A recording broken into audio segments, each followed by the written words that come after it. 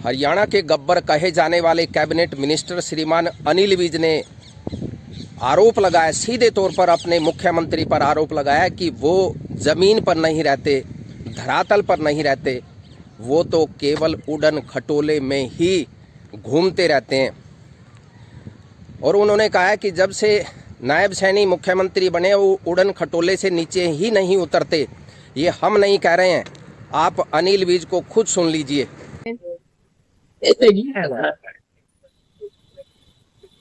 मैंने 7वीं बार चुनाव जीतने के एक सप्ताह के अंदर सार्वजनिक मंच से जिन लोगों ने मुझे चुनाव में हराने की भूमिका अदा की, चाहे वो अधिकारी थे, कर्मचारी थे, या कुछ छुटवैये नेता थे, मैंने मंच से उनकी बात और फिर मैंने भिन्न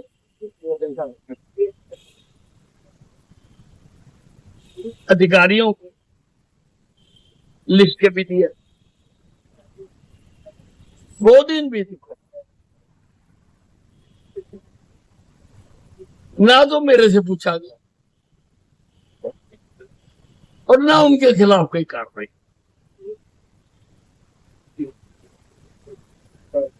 तो अब पहले तो मुझे शक था कि किसी बड़े नेता के आशीर्वाद से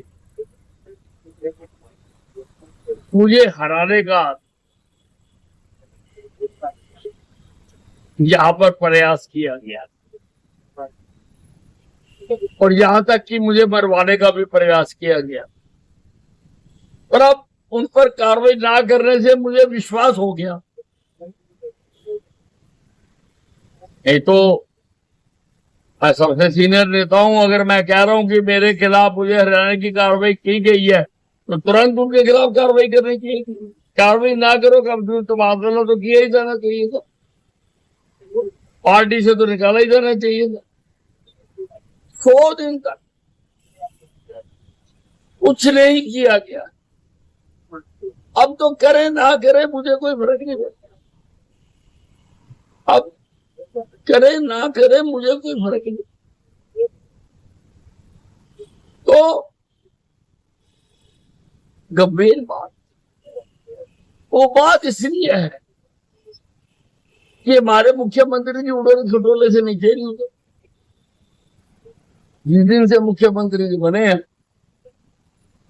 वो उड़न खटोले पे ही है, नीचे उतरे तो जनता के तुंतर थे। और ये मेरी आवाज नहीं है, ये सारे एमएलए और सारे एमपीओ और सारे मंत्रियों की आवाज है। कि मजबूरी माने या क्या माने, लाचारगी माने या क्या माने, इससे मंत्री की लाचारगी माने या मजबूरी माने, क्या माने, या हकीकत कह रहे हैं अनिल विज। अब जो कैबिनेट मिनिस्टर हरियाणा के अपने ही मुख्यमंत्री पर सीधा आरोप लगा रहे, ये किसी विपक्ष के नेता का आरोप नहीं है। जिसे गब्बर कहते थे पूरे हरियाणा में, जिसे गब्बर के नाम से जाना जाता है, वो मंत्री कह रहा है कि मुख्यमंत्री जब से बने हैं वो उड़न खटोले से नीचे ही नहीं उतरते और धरातल पर क्या हो रहा है उसकी जानकारी उनको नहीं है। अब जब एक मंत्री इस प्रकार अपने मुख्यमंत्री पर आरोप लगा रहा है, एक दिन पहले उन्होंने कहा था कि मेरी कोई नहीं चलती है और मैं ग्रीवेंसेज कमेटी की मीटिंग में भी नहीं जाऊंगा और इसके साथ साथ मुझे पूरे हरियाणा से कोई लेना देना नहीं है। अनिल विज ने खुद अपनी सरकार के खिलाफ आंदोलन करने की धमकी दी है और ये भी कहा कि डल्ले वाले की तरह अगर मुझे आमरण अनशन करना पड़ा तो उससे भी मैं पीछे नहीं हटूंगा। इसका मतलब ये है कि कैबिनेट मिनिस्टर के गले तक आई हुई है और जब एक कैबिनेट मिनिस्टर की ये हालत है तो आम जनता क्या महसूस कर रही हो, ये सहज अंदाजा लगाया जा सकता है।